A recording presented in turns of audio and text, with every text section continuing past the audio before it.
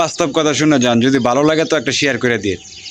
যার নলেজ আছে দুনিয়া সম্পর্কে, যার নলেজ আছে জীবন সম্পর্কে, যার নলেজ আছে আখেরাত সম্পর্কে, এ কোনোদিন নিজেকে অহংকারী হিসেবে প্রতিষ্ঠা করতে পারবে না। একটা ঘর আছে তো কি হয়েছে, ঘরে তিনতলা বানাইছেন তো কি হয়েছে, আপনি না এখানে তিনতলা বানাইছেন, এরকম কোটি কোটি লোক তিনতলার বানায়, তাতে কি হয়েছে? আপনি দেখতে একটু সুন্দর, তাতে কি হয়েছে? পৃথিবীর এমন লোক আছে, মিশরে যান, সৌন্দর্য দেখলে পাগল হয়ে যেতেন। যদি কেউ মিশরে গিয়ে থাকেন, ইজিপ্টে গিয়ে থাকেন, মানুষের চেহারার সৌন্দর্য দেখলে আমার আপনার চেহারার একটু সৌন্দর্য আছে, এই জন্য যে অহংকারটা দেখাই, এইটা 2 পয়সার কাজে না। সৌদি আরবে যান, কাতারে যান, কুয়েতে যান, এখানে এসিতে বসবাস করেন না, তাই খুব অহংকার। গিয়ে দেখেন ওখানে কাজের লোকেও এসিতে বসবাস থাকবে না, তো থাকে না।